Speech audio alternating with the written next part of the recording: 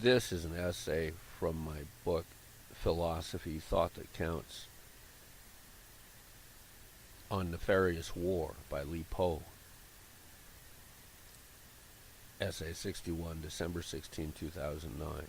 Li Po engagingly wrote many poems in an ancient, semi-unobstructed style. In translation to English, perhaps we lack little of the poet's intent to describe the futility of war.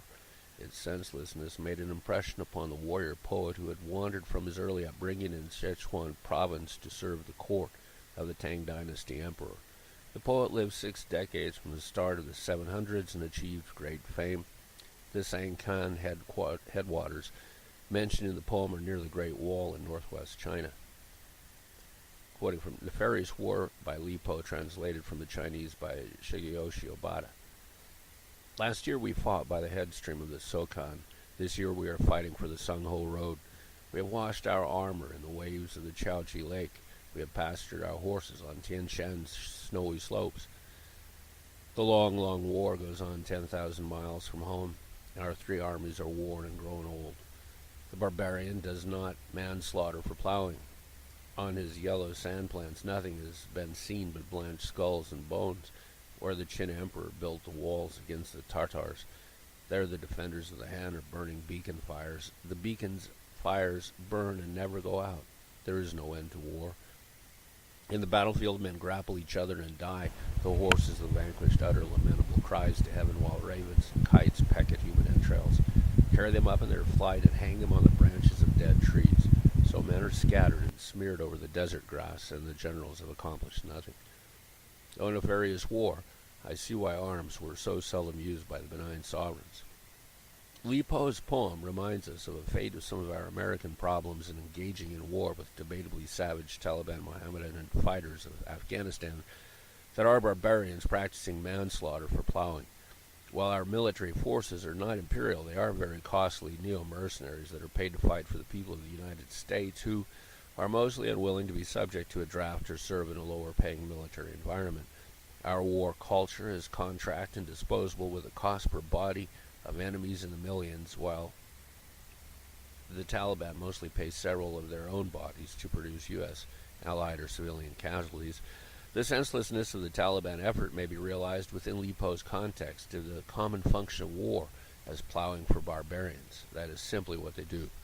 If the Taliban were to quit war, U.S. forces would probably leave Afghanistan fairly quickly, being unable to justify their presence and having few real long-term interests in Afghanistan besides security for the United States troop deployments there. That would be a waste of money. Essay 62, Journalism is Fiction, December 16, 2009. Broadcast journalism moved to the entertainment business. Language use is a creative tool so far that the ideal of an objective and neutral observer is something of a fiction. Journalists are in a creative anachronistic field named eponymously, perhaps from the jousting era when scriveners published the results on yellow parchment for the amusement of loutish knaves that drank grog and swill unwelcome at the event. Actually, it's from the French day. After Henry Ford mass-produced the fine art of journeying, the trade became a reference to the past instead of the news. So be it. Actually, I don't speak French.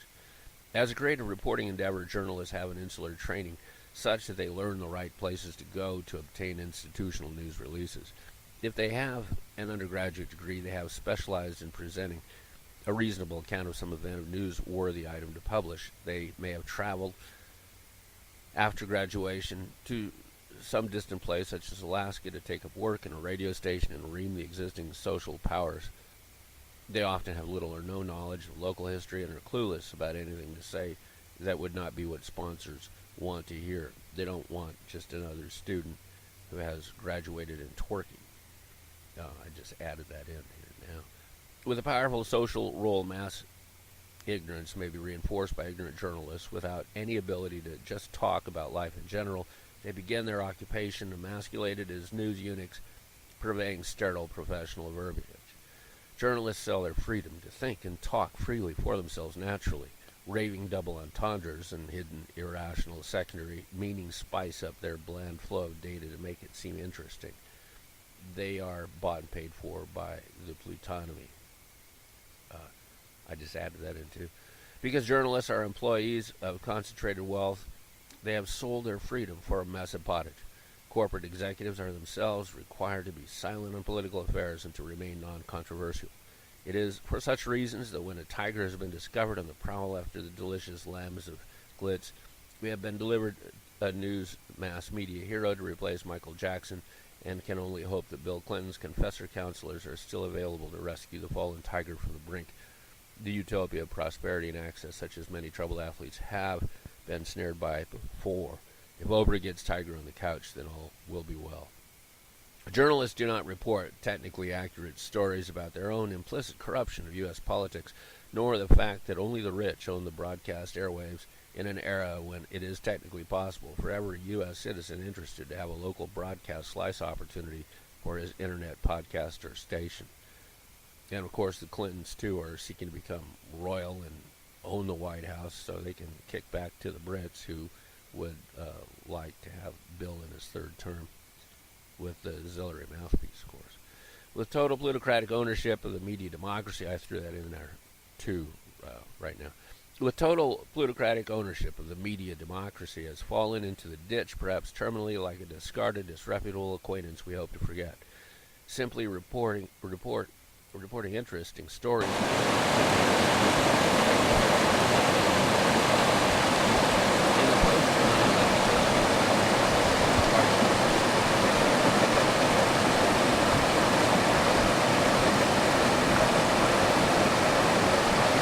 Having the war spending policy of his predecessor, and of course made the Bush tax cuts permanent. While Al Gore's vice presidential running mate Joe Lieberman quit the Democratic Party, demands no new taxes on the rich, and is standing alone, blocking health care to uninsured. Wrangell, Alaska, December 15th, 2015. It was a nice day. Basically unreported. Political reasons left. A little winter has arrived here. It's been a very warm season so far. Report the facts. Political fictions become the diversionary talk that entertains instead. Abortion and homosexuality are the two issues that keep the moral majority that aren't rich in the Republican Party from voting Democratic in order to rescue the nation's economy. Rich Republicans loyal only to their own transnational corporate profit concerns, but of course the Democratic Party has been bought and paid for, largely joined with the corporatists. Hillary Clinton's Bill and Bill's daughter married into Goldman Sachs and created their own currency speculating firm or something to try to make money on Greek currency changes, while Hillary was at the State Department and might have had inside information about Greek currency changes.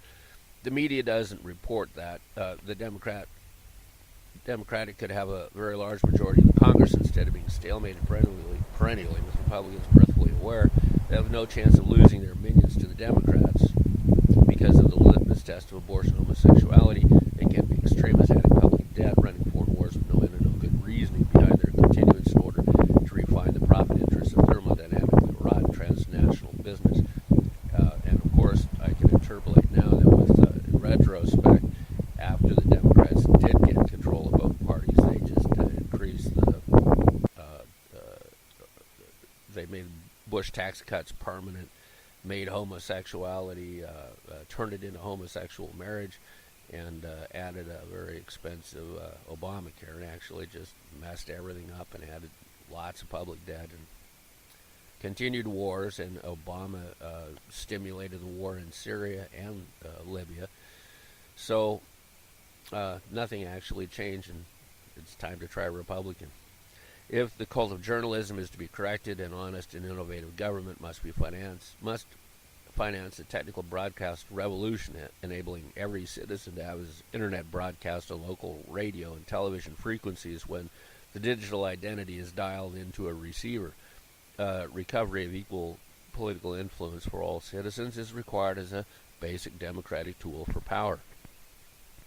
Quality writing and reporting about legitimate public events can increase in the broadcast media when all the public may express their own ideas as they prefer on their own frequency.